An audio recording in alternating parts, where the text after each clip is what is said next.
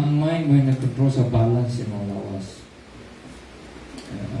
Ang mind mo nag-control sa mga decisions sa depende.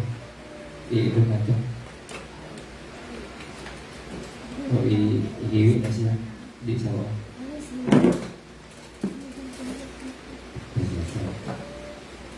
So, the question is, so na ay present yung mga mind nga default, meaning nga nagyo ka magunaw na. Bisog usawa ni mo bago unaw na, nga nagyo ka magunaw na. And I mind, which is the mind of Christ, now you have to choose. You have to think. The Bible says you have to. Amen. Naa siya'y conscious na decision. Aware ka, kibaw ka. So, ang question is, before ka makahuna-huna sa mind ni Christ, na gap. So, the gap is, imong present, imong mind, then ay gap in between, that's the division, and then ay mind ni Christ. So, the only way nga huna-huna ka, the mind of Christ, is through the Word of God, nga nani mo ug nanako. Ang question is, naadi ang battle or what? Well, naadi ang promises po ni Lord nga manaugon juga perme. Amen. So mapili lang ka kung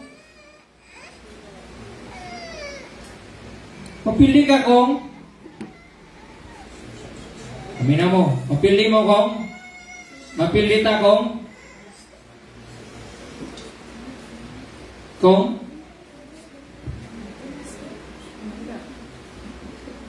so kapilihan di ay sa mga anak sa Diyos is di niya ni makita nga nganan na kaimportante. He lack discernment, visions. He failed to see the fruits of it, the future of it, the hope of it, the product of it, the benefits of it. Wala nakita. And mubalik ka default sa imong mind. When mubalik ka sa imong the way you think, the way you perceive things, the way you judge, the way you handle your life, the way you are before, and you think you are born again. That's probably actually not.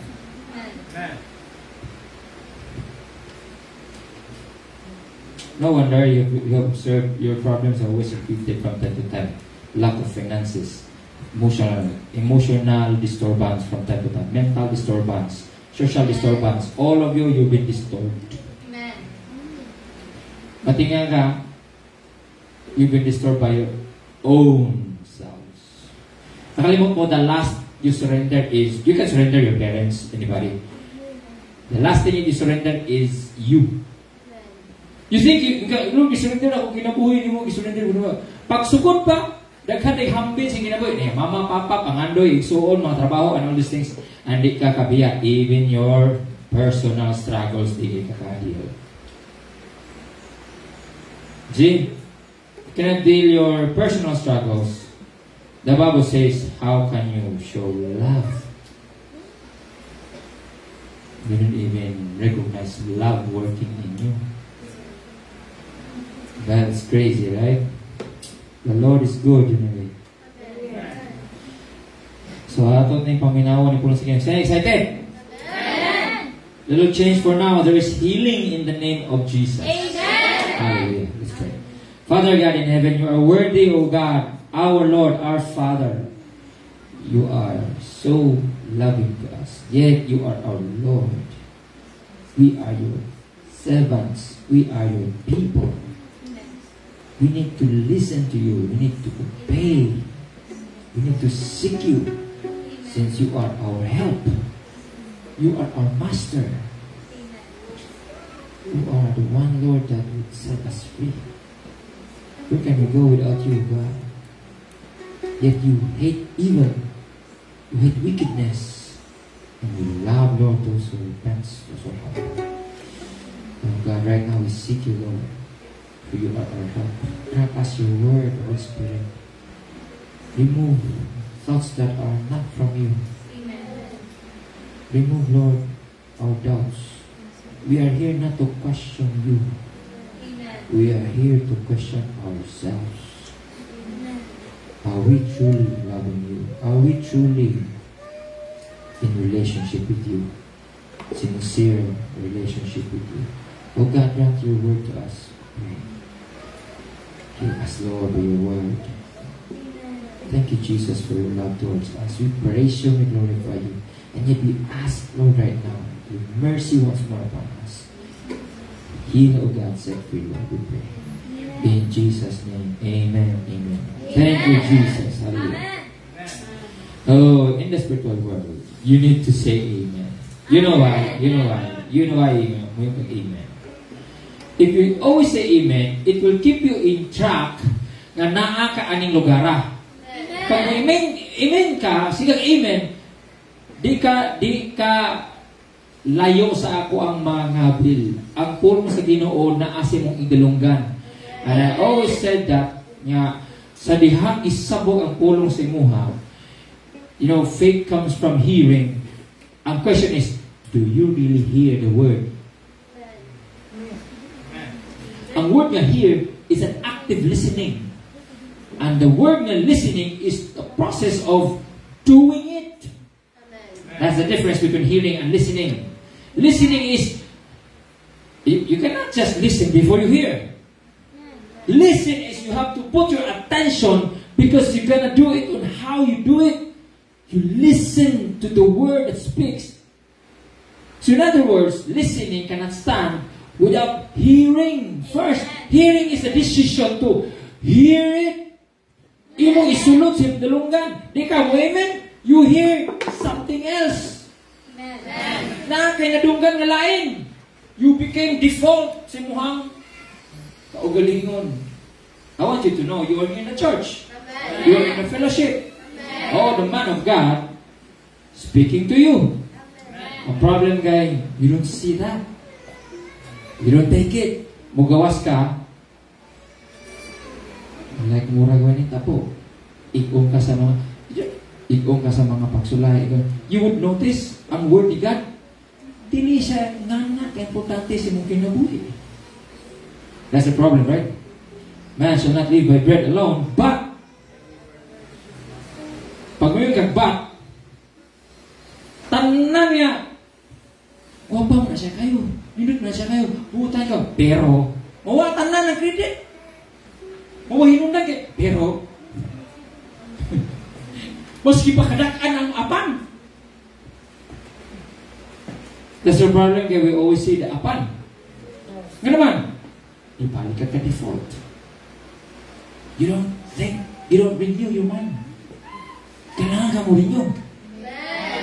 I'm a man na gi-forgive sa Ginoo. Kaya naman, sa dihang gi-forgive ko sa Ginoo, the forgiveness awaits na ang forgiveness, na ang kapasaluanan. So, ang kapasaluanan is madawat lang.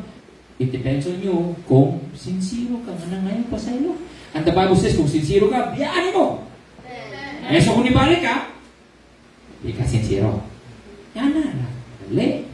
So, di mo ma-blame ang righteousness ni God because it's always been what? A decision to be renewed. Are you willing na ma-renew ka? Oh, the Bible says, we need to be healed. So, today, na tayo mensahe nga, everybody says, louder. Jehovah Rapha. Louder. Jehovah Rapha.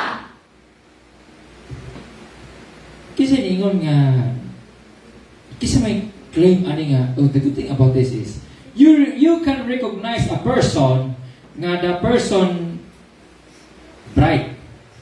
You can recognize makaila ka nga ang sa katao na abilidad.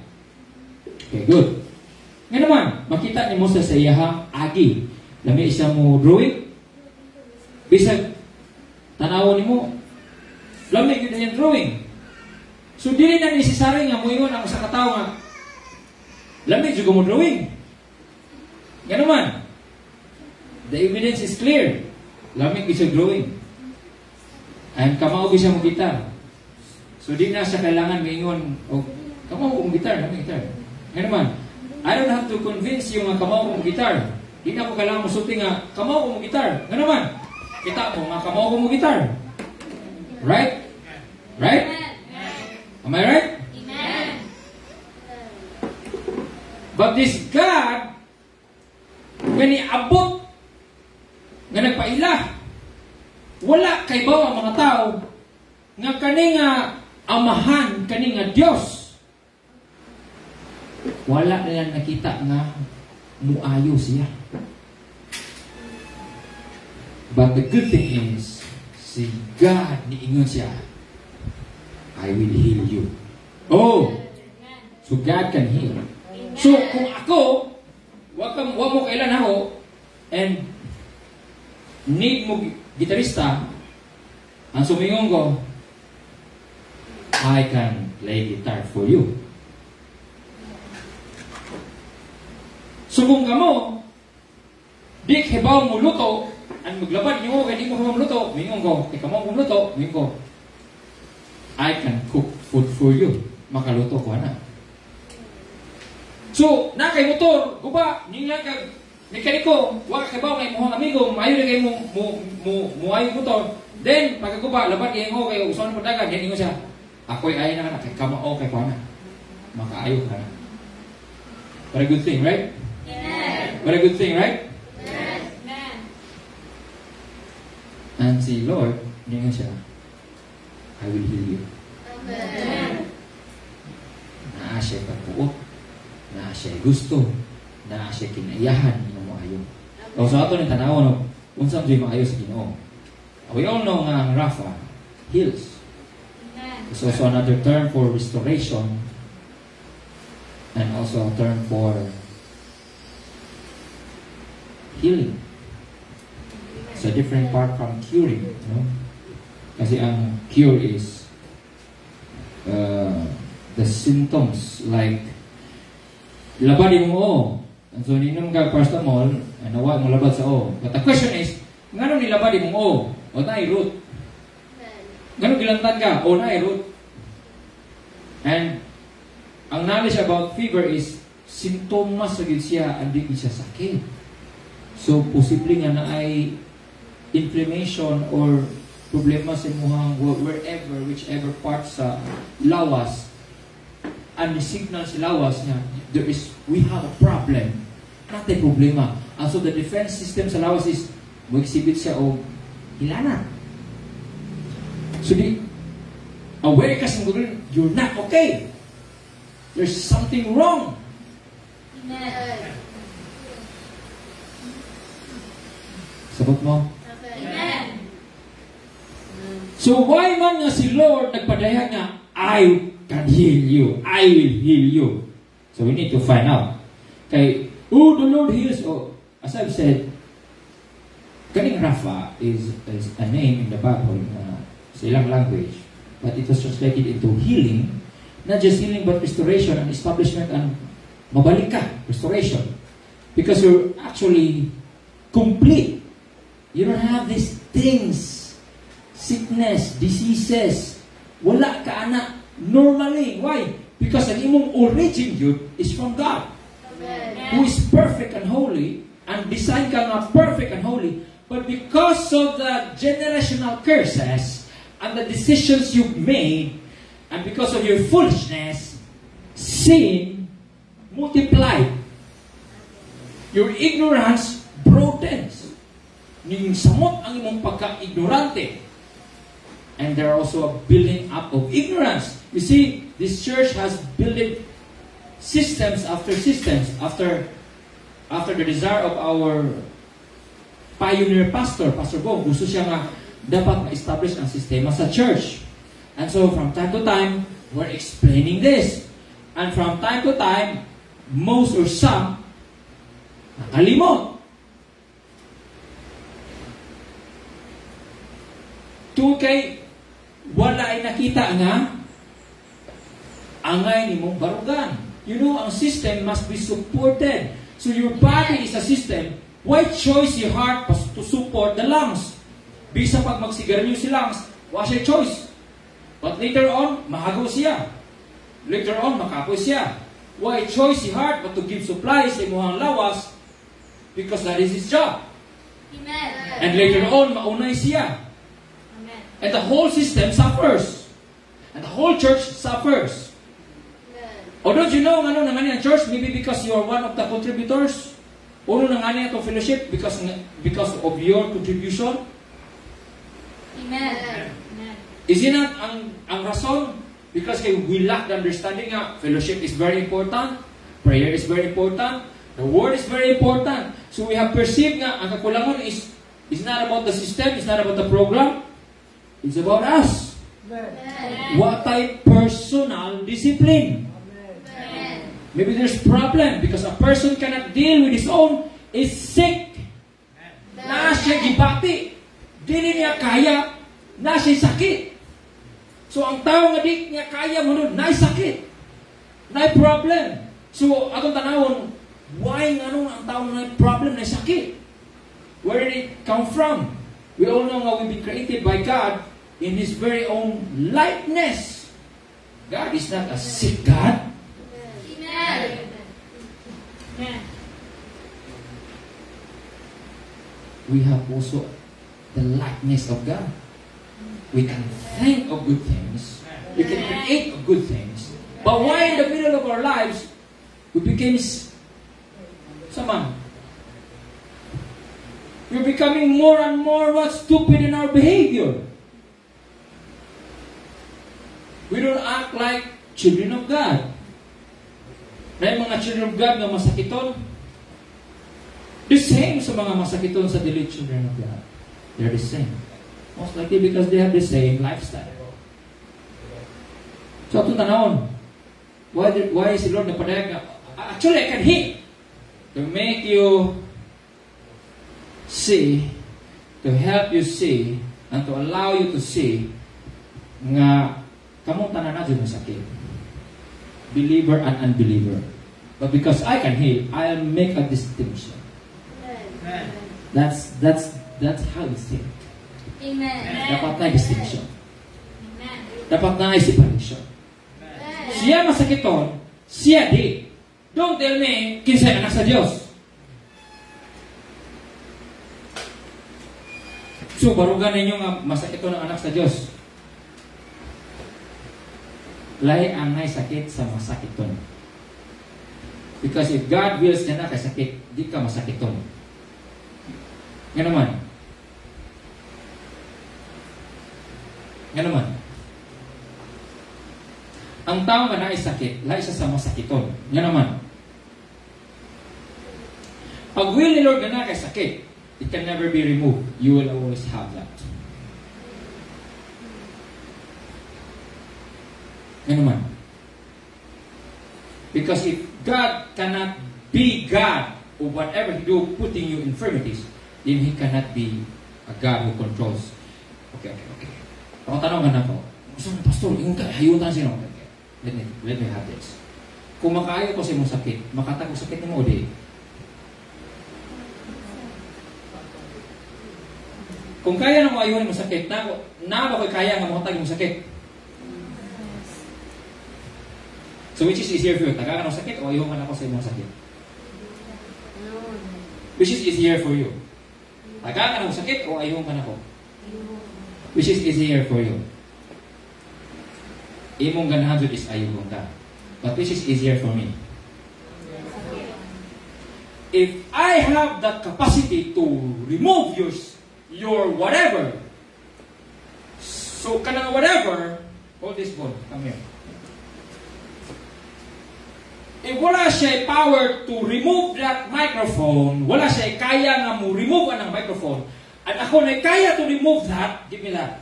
Ako kaya, kasi nagawin na eh. Do I have the control or not? Pwede na ako ibalik sa yaha. And I can even give him more. He doesn't have a source. I have a source. My will is to teach him, and I can do whatever for him to learn. He will not learn, he will suffer for that. Until he will recognize niya, Lord, heal me. Pray. Lord, heal me. Sumpay. Nakapagpagbuot nga pauna ko niya. So, kailangan ako kailangan ka na ako. Thank you. Para sa ipon. You see, the Lord will do it His own will for you to recognize that He is supreme. Oh, the Bible is talking about humility all the entire books. Amen. If sickness problem come into your life, you better check. Amen.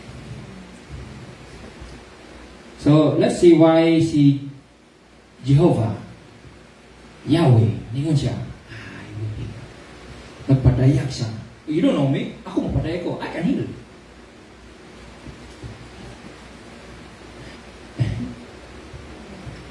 Tagaan ko ng butang. I don't know how to do it. Pero tagaan ko ng butang responsibility. Wako kasuway, watanan. I don't know how to do it.